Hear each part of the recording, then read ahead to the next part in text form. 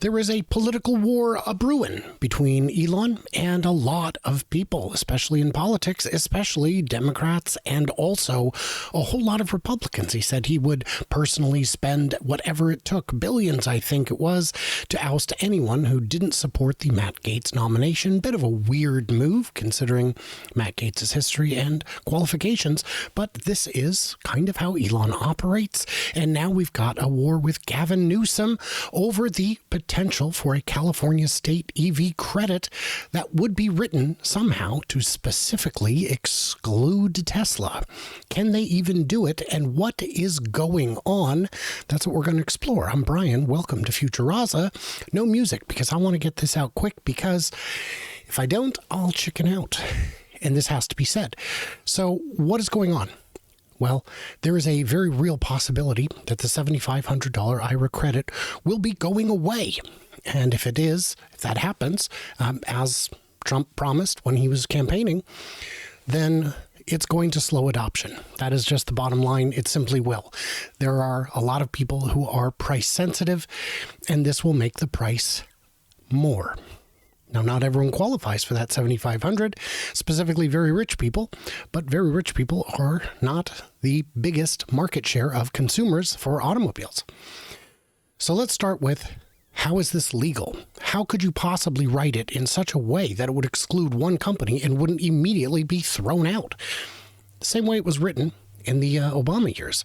You say a car company gets it until they have sold a certain number of units. In that case, it was a couple 100,000. 200,000, I think, was the cutoff, and then it tapered down from there. Only Tesla and GM sold enough units to disqualify themselves. Elon had said, well, we don't need the subsidies, right? Because at the time, Tesla was selling quite well without them. What he really wants is no one to have subsidies. And his more recent statement was, even oil and gas, but also electric cars shouldn't have subsidies. A lot of people took that to mean there shouldn't be any electric car subsidies. What I heard him say is, if there are no electric car subsidies, there should also be no oil and gas subsidies. Oil and gas subsidies are not going away. As much money as Elon Musk has, if you look at just the profits of just one of the oil giants, it dwarfs Elon's total net worth. The oil lobby has infinite money to pump into politics, and politicians are typically quite affordable. It's a real bargain you can have on a politician of your choice. So it could be legal. They could say, we'll give it to the first 10,000 cars you sell, which Tesla would run through in a matter of months and then get no more credits. Or they could try to say it's based on your current market share. They could do that. I don't know if that would hold up quite as well, but there are ways to legally do it. Now let's talk about why this is happening. This is who we support. This is Elon. We knew he was a warrior CEO. This is what we wanted. This is what we voted for. This is why we gave him the comp plan the first time. I didn't vote for that. I wasn't a shareholder at the time, but it's why we voted to restore his comp plan. Even though the benchmarks had already been hit, we got all the milestones. Surely we could have just gotten them for free.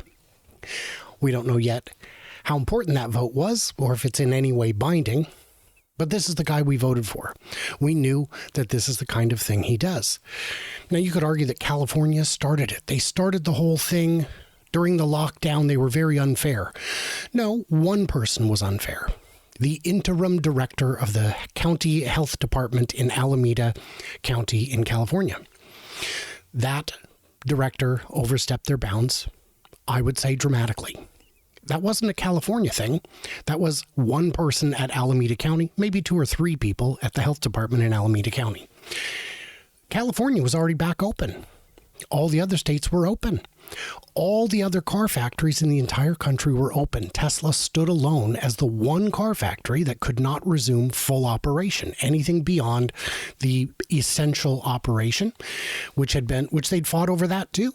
You know, we have to make parts for cars to keep vehicles in motion during these difficult times. They fought that. They got it. And when it came time to reopen, they said, look, you have to, we're just going to do it. We're just going to reopen whether you like it or not. And they said, well, we don't like it, but we'll allow it. We're not going to arrest a bunch of people. And then there was the one Congresswoman, Lorena Gonzalez. And Lorena Gonzalez said, I don't remember if it was F Elon or F Tesla, but one of the two, to which Elon replied in, I think, a masterful way, message received. That's it. Just loud and clear. 10-4, good buddy. I hear you. I will act accordingly. Elon moved the headquarters from California to Texas. Now, it could have been that was done for tax reasons. It would have been a very smart move, I would say. There are a number of advantages for Tesla being in Texas over California. And for Elon, his personal taxes will be vastly lower in the future if he is a resident of Texas rather than California.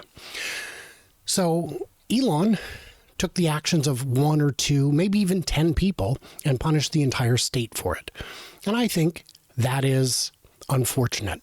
I think it's an overreaction. I think it's unfair to a lot of people, but they still have their engineering center. They have their design and their a lot of the FSD work is done there. A lot of the development is done in California, but the headquarters is in Texas. That's where a lot of the big fun meetings are now. So that's something. So that's how the war really started. Elon has gone all in with Republicans. Now, I don't know how he's voted. He's said in the past he's voted for Democrats. That would make sense. They were better for his business at the time. But it is clear that Republicans are better for his business today. So I get it. What I don't get is a lot of the flip-flopping.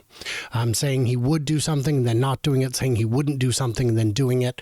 I think that's unfortunate and erodes his credibility in the eyes of a number of people whom I have spoken with. So I think while it may not be a universally held thing, there is some truth to it.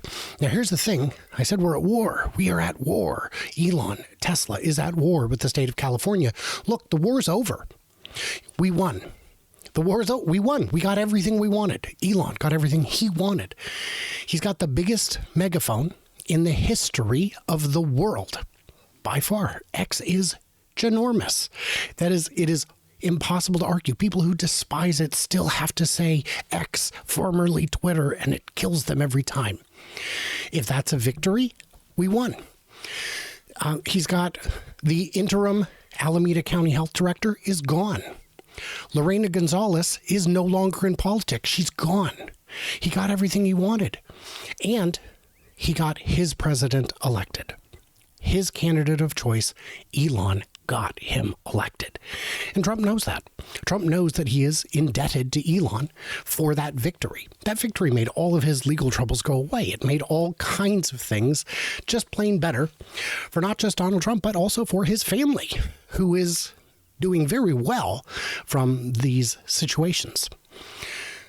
But when you got your president, you got the tax cut. You got the IRA is now on the chopping block. That wasn't on the chopping block had Harris won the election. It is on the chopping block. And not just that, but the charger build out is on the chopping block. The credit for battery manufacturing is on the chopping block. Those things will drive up the price of cars.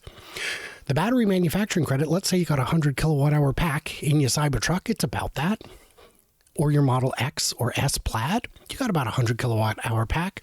Those ones don't qualify. Those are made, the cells are from Japan, but the Cybertruck pack is made in Texas. There is a $4,500 credit paid on the back end for every Cybertruck manufactured. That means the Cybertruck will either have to go up in price by $4,500 or the margin will have to be reduced by $4,500. It's one of the two. Or a combination, but it's going to be $4,500. That $7,500 credit that people would be getting on their Models 3 and Y will be gone. This is the president that he selected.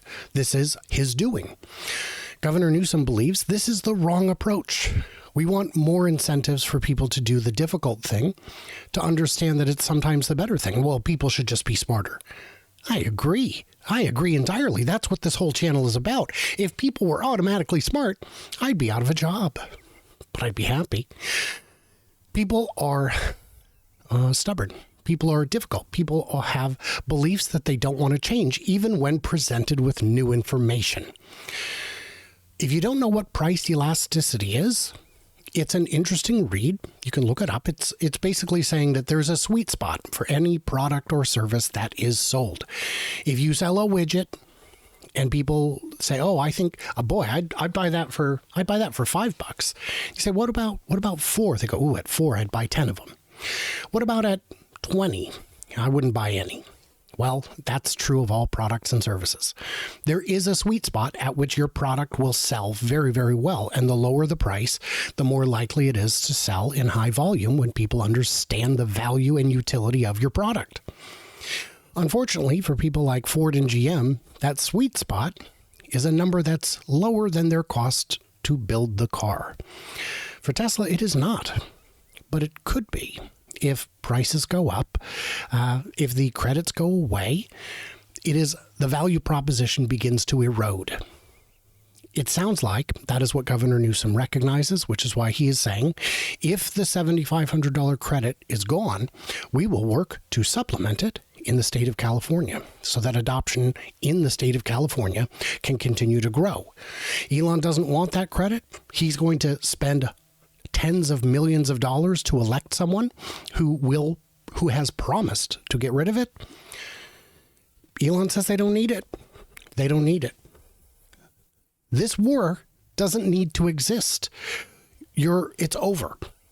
It's time to stop antagonizing people who should be your friends, people who should be rooting for you, people who should be on your team. But you got to be the bigger man. The only thing worse than a sore loser is a sore winner. And I don't want to be part of it. I will have no part of tap dancing on the graves of anyone who has suffered. That is not my objective. And I'm not going to threaten people. I get that it's fun to dunk on people, but you have to keep it within reason, Threatening people's entire careers, entire livelihoods is, in my opinion, a bridge too far. And if you go to war, you have to expect the other parties to strike back. And that's where we are. We wanted a warrior. We got a warrior. And now we're acting surprised that other people aren't just going to lie down and take it. Other people are warriors too. It's not a one-sided, it's not unilateral.